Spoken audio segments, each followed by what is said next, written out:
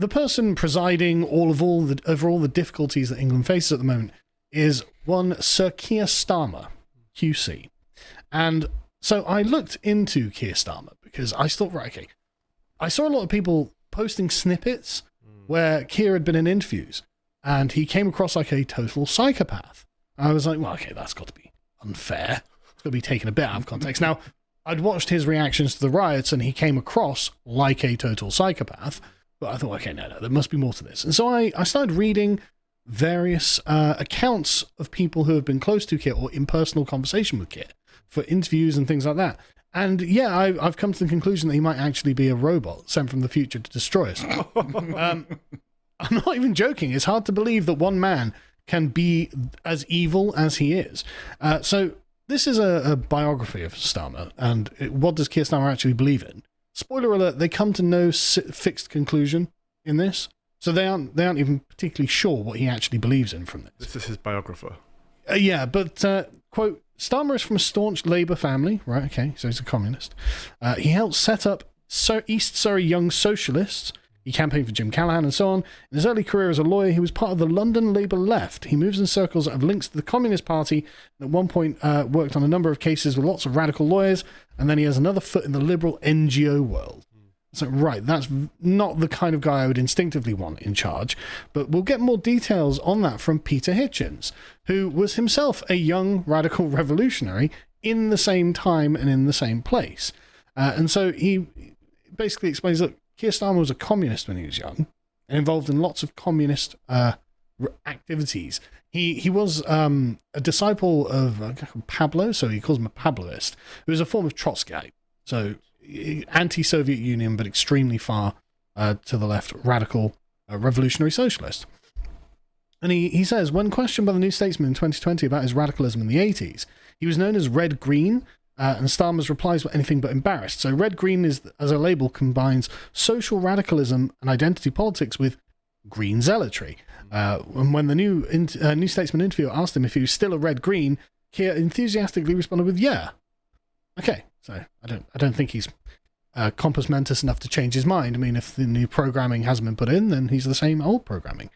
In a crucial exchange in the same interview, he made it impossible for himself to later claim that his political past was not relevant to the present, saying, quote, I don't think there are big issues on which I've changed my mind. Okay, so you're the same as the communist you were when you were young. And he says that, well, he was involved in the Haldane Society of Socialist Lawyers in the late 80s, before the end of the Cold War. And they split from the Labour Society of Lawyers in the late 80s because they tell us the Labour Society wouldn't allow members of the Communist Party to join, but the Haldane Society would. Okay. So Keir Starmer was in the Communist adjacent Society of Lawyers. Too left for the Labour Society of Lawyers. He was too left for the Labour Society of Lawyers, which that's interesting. Is just remarkable when you think about it. And the Haldane Society's magazine, he was the secretary of it. Interesting. So he wasn't just some guy who was just a member for the fun of it. He was a member of the institution itself. Right. Okay. So I think it's fair to say that Keir Starmer was a communist. Yes. And he says, I haven't changed my mind on any major things. Okay, I believe that. And somehow he found himself behind the Iron Curtain, in a work camp during the Cold War when he was 23 years old. What? It happens. Yeah, to Jeremy Corbyn, to Bernie Sanders, to Keir Starmer. It happens. We've all been there. Somehow you arrive in, to Peter Hitchens when he was in Moscow, when he was a communist. Again, you've got to be a fellow traveller to be able to get behind the Iron Curtain from outside of it during the Cold War. So they obviously recognised him as one of their own, which is just fascinating. So, okay, that's the political ideology. His history, he's made it quite clear. He's as far left as it really gets. He has small doctrinal differences between himself and people like Jeremy Corbyn, but generally they sit on the same benches. So I found this, which is fascinating, because this is Keir Starmer's most personal interview yet. So I thought, okay, we've got the forward-facing ideology. Let's get the man behind the ideology. And man, that is a scary prospect. I think I just want to go back to the communist ideology, actually, because at least I can understand that and reason with that and explain why that's wrong. You can't explain with someone who literally doesn't have active thoughts in their mind, right? And unfortunately, that's just essentially Keir Starmer's the phrase that comes out of this most is, "I've never really thought about that." Oh, let's get on with it. Wow. So he says he's not really eager to talk about his feelings.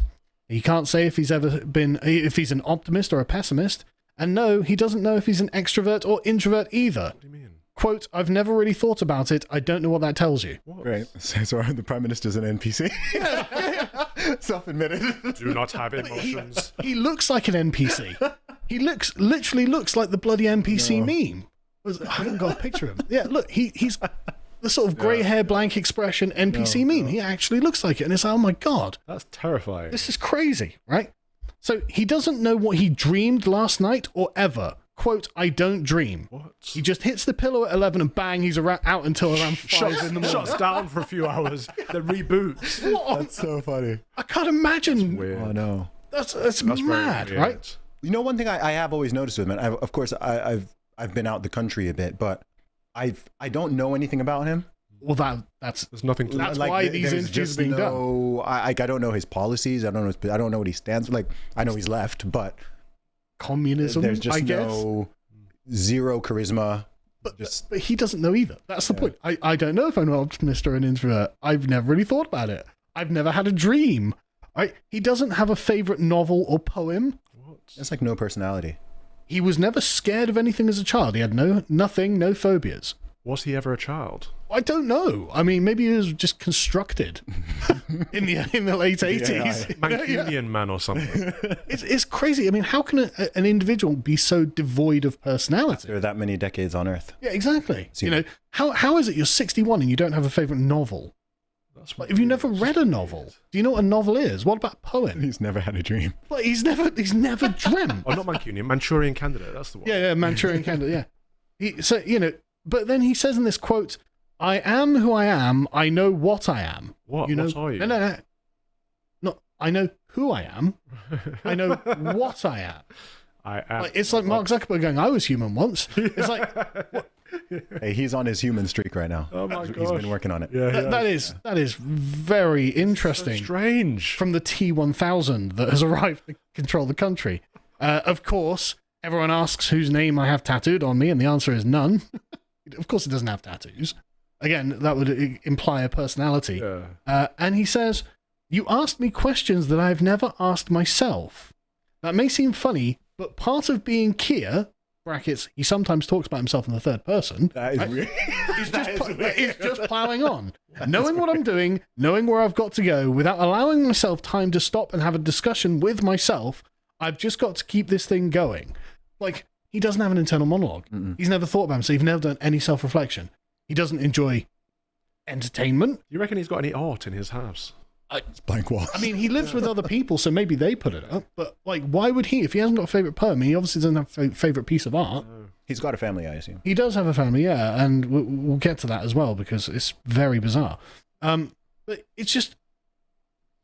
this is part of being Keir is just ploughing on.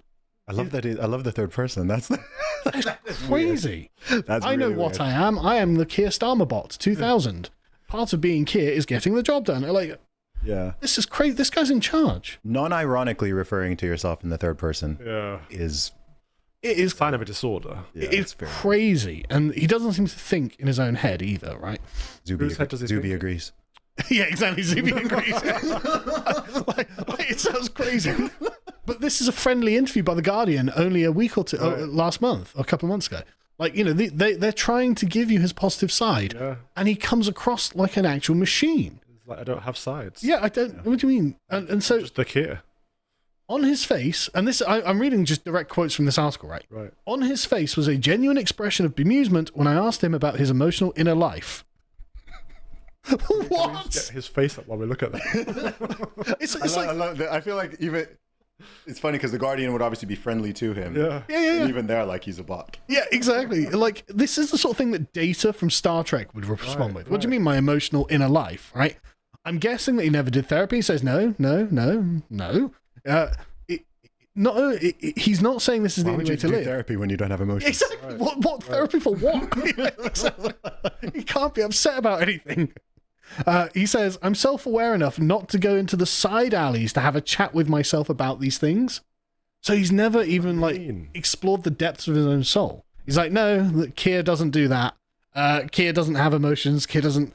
This is crazy. That's weird. Like, I mean, he genuinely comes off like a psychopath. That is so weird. I can only say it's just weird.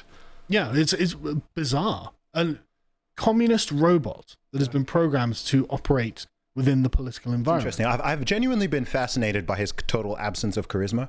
And now you know. Because regardless of who a politician or public figure is, most have some essence of charisma.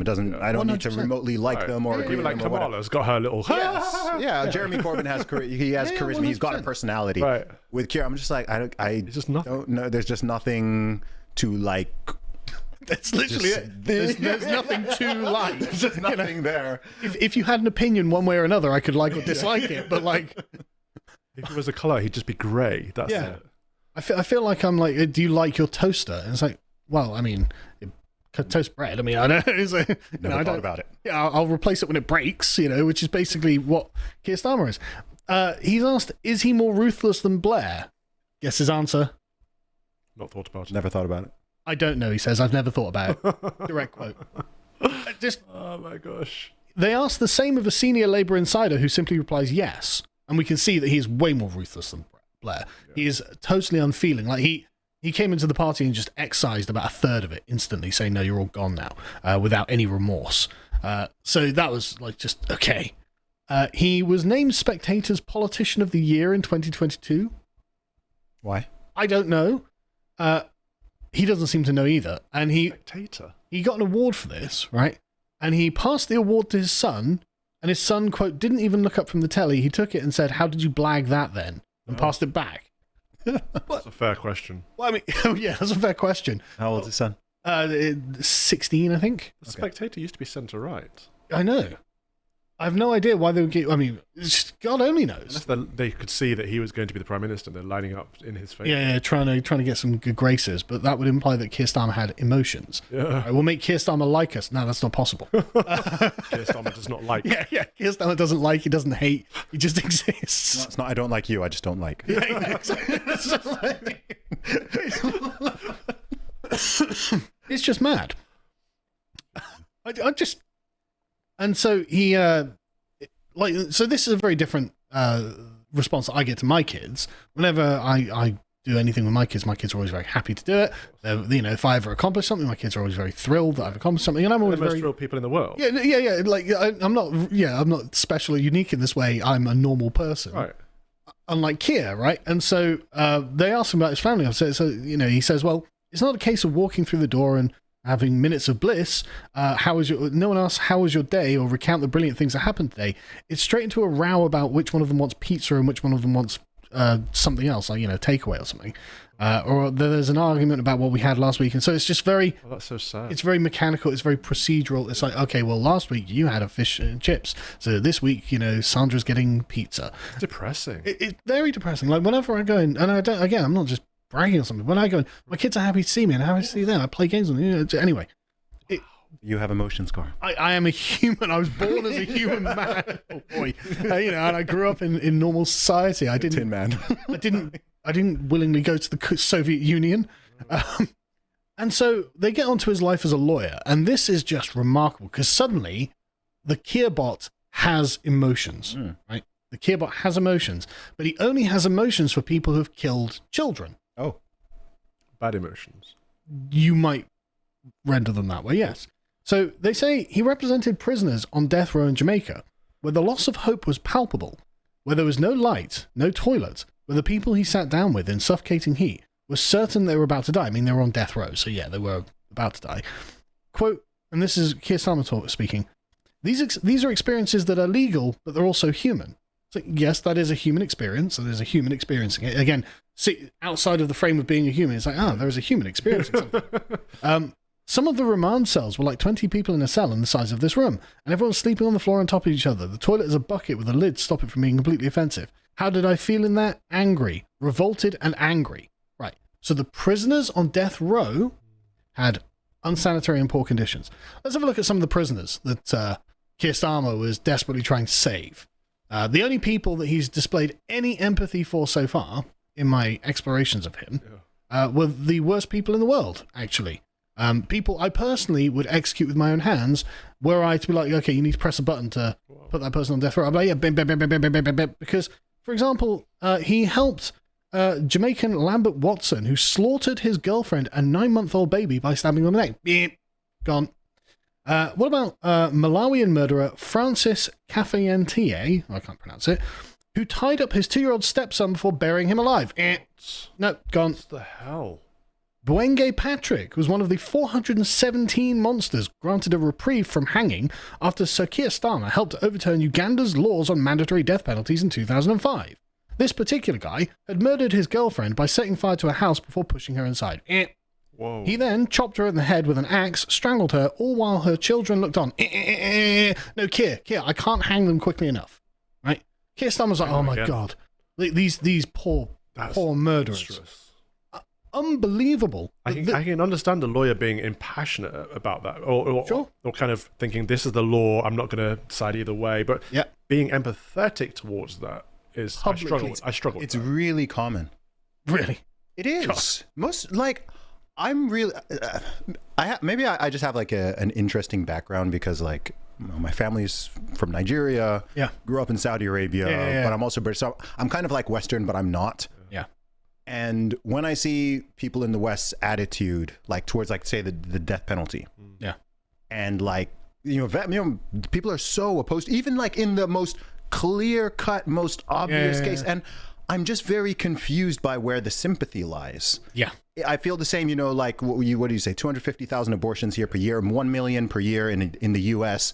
Zero compassion for those babies. Crazy, like, completely dehumanized. Don't care. Like they celebrate. They were doing performance abortions outside the DNC. In fact, the empathy is for the person committing the murder. Yeah, and it's like these are the most innocent souls. These are the most innocent human beings. Never that had exist, an opportunity to commit a crime. And so it's like complete callousness in that regard. And then you can have someone who callously goes and murders 5, 10, 20 people, children, whatever, chops them up, does the most horrific stuff, and people will be like, oh, no, it's an injustice for that person to have the death penalty. And I'm crazy. That's where like I find it really puzzling. Just in the same way as like when people side, again, there's mostly lefties who do this, of course, but like these situations where a man identifies as a woman and goes into a prison, a boxing ring, an athletics track, whatever, and you are sympathizing. Your sympathy falls on the side of the man who is doing this, rather than all of these people, all these girls in these cases, girls and women, who are. And I'm just like, well, the murder victims in this case, like just get back to it. So it's so bizarre. I know, it's unfathomable, isn't it? He has no empathy at all for people who have not committed crimes. It's an inversion. Totally inversion. Right? So, it's an inversion. Good evil and evil good. Yeah, it's an inversion. He was a founding member of what was called the Death Penalty Project, which was a team that launched several bids to scrap the death sentence for heinous crimes across Africa and the Caribbean. This between 2002 and 2014, covering his ascent as a junior lawyer to the Director of Public Prosecutions. And what's his interest in Africa and the Caribbean? I've no idea. But what's his interest in like making sure that these murderers and rapists and the worst people that could possibly have ever walked the earth aren't removed from it? Yeah, if you want to help these countries, you don't help these countries by preventing people who do heinous stuff like this. Not even slightly. I mean, like if you want to help, go help. But I mean, commie boy. He's an evil commie. Yeah, he's totally emotionless when it comes to normal people. But I mean, listen to this, right? In one of the blog posts that he wrote for the Death Penalty Project, he said of meeting the death row felons, quote, "For 3 hours we sat in the hot sun talking to the inmates about their case. They sang, they talked, they laughed. These people murdered children. Yeah. Like, having worked on similar cases elsewhere in the world, we thought we were fairly hardened, but no one could have left that prison unmoved. I would have been strangling them myself. Like, are you mad?" Not long ago, I watched something. I think it was on YouTube, but it was from decades ago. Yeah. And it was maybe from like 95 or 96 after the Rwandan genocide. And they went to the prisons where a lot of the people who participated in it were being held. And again, it's like there was someone in it who's like, talking about how bad their conditions are and everything. I was like, these people literally genocided their neighbors. I mean, have you ever read any... Your sympathy is, they're packed in too tight. And They're still alive. I mean, that's... Oh, by the way, you see the same... I brought up El Salvador earlier. You see the same thing. When you see the pushback against Bukele and what he's doing, it's people say, oh, well, look at the conditions that they're in. And it's like, do you know who these people are and what they have been doing to their countrymen for decades? You know how many people that person you're talking about has killed? No, you don't, but he's definitely killed someone. Yeah. And these are people like head to toe. It's not even subtle. These are like head to toe. It's like MS-13 on your forehead. Yeah. Right? It's just like, that guy's not innocent, bro. You have to rape or murder someone to get into the gang. Yeah. Like, it's just like, okay. Yeah. But anyway, so, like, he's got no ability to empathize at all, right? So this is while he was campaigning back in June, where a young girl was coming up to him, and as you can see there, it described how they were too poor to afford blankets during the winter. And, I mean, I'll just play it. It's just crazy. It's just... So in the winter months, we have to sleep with like blankets on our bed and like a fleece and like a onesie because it's so much to like pay for the heating, so we don't have to have it on all night. So you zip yourself into a onesie. Yeah, and just so my kids used to do that. Like don't freeze. My boy's 15 now, 6'1", so I have to do quite a big onesie. Toosie. Yeah, that's right. Was No there empathy. treats as well? Wow. Yeah, well, like it's hard because but it's good that you and Daddy both work. I think he was attempting to empathize, and I think came out totally wrong. I think he thinks that humans would respond in a particular way in this situation. Yeah. And so, my boy wears a onesie. It's like, here, you're a millionaire. Yeah. Like someone in his ear saying, this is a compassionate moment now. Yeah. Just, I think that was But he's got this kind of confused look on his face, doesn't he? He's just like, I need to process this in some way. Yeah. I realize that, a human would... Insert joke here. Yeah. Exactly. Make it relatable. But and like this person's a lefty, right? And they're just like, I can't believe how awful this guy is. He just does not give a single F about children living in squalor. He totally doesn't. He can't relate and he doesn't care. Murderers, of course, he's like, oh, wow, these poor psychopaths, my people. That's all I can, the only thing I've seen. And like, first things first. Well, I mean, we've got a massive black hole on the finances. So that's Granny's pension payment, the winter fuel payment gone. We are still going to make sure that, of course, the people who invade our country on boats are put up in hotels. Those payments are going to go through, but your gran is going to go cold. And so, unsurprisingly, people are like, he seems to be a bit of a political robot. Yeah. Like, so this was at a Sky question time, this Questions for Leaders meant, and this is just remarkable. If it'll play. I admired how in touch you were with the public when you were obviously a solicitor and then you became Director of Public Prosecutions with CPS. But over the last year, I feel like you've formed into more of a politician than the person that I would have voted for to run the country. You seem more like a political robot. How are you going to convince others like me to vote for you? Well, the most... Look, system error. I went to run the Crown Prosecution Service. You referenced that. I was the chief prosecutor for 5 years, effectively bringing in every criminal prosecution in England, in Wales, including here in Grimsby, in our courts to make sure that where people broke the law, they were prosecuted and you were kept safer as a result of that. Well, he didn't ask for your CV. Yeah, exactly. He asked for why should I vote for you in human terms, and he's like, well, can't speak that. I'm going to put you in jail. So that wasn't what I was asking for. And so anyway, people online have been noticing this, and unsurprisingly, starting to think, well, he's a bit. It's the Starminator, right?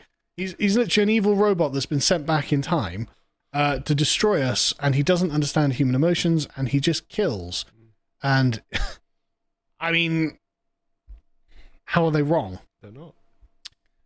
People have their faith in the wrong place, don't they? They really do. Oh, they really do. Not just here, but even in politics in general, man. I mean, we're really in a spiritual battle here in the West. Yeah. And even saying that term falls flat with a lot of people, which shows how disconnected people have become from that whole concept. Well, look at the moral compass of Keir Starmer. Yeah. Just look at who he does give moral consideration to and who doesn't give moral. Thing is, to me though, it really is the uniparty. I mean, this country was run by conservatives for pretty much the last 14 years straight, and they were terrible. And what happened? I mean, what was conserved? What actually? So yeah, sure, it might accelerate now, but what needs to happen is an actual change of direction. And it just seems you can have it's like that Michael Malice quote, right? Progressivism is, as you say, conservatism is just progressivism driving the speed limit, and that's really what's being exemplified. True. I just can't get over just genuinely how evil I find Keir Starmer. Like, he's soulless, an empty man who has no personality, and the only time he ever expresses what I would consider to be a human emotion is when the poor criminals on death row, the murderers on death row, are having a hard time of it. We saw this last month in the riots when people reached the point of enough is enough. The protests turned to riots. Ordinary working class British people were getting out there in the streets, and he turns around and says, "We need to give more money to the Muslims. We need to protect the mosques." Yeah, it's crazy. I hope you appreciated that segment from the podcast of the Lotus Eaters, and if you want to see what else we're putting out, you can follow our series Lads Hour. We have a lot of fun behind the paywall, and if you haven't signed up and you still want to support us, you can donate, and also if you want to see all the work we're putting out, we post links to it all on our Twitter. Thank you very much for watching, and goodbye.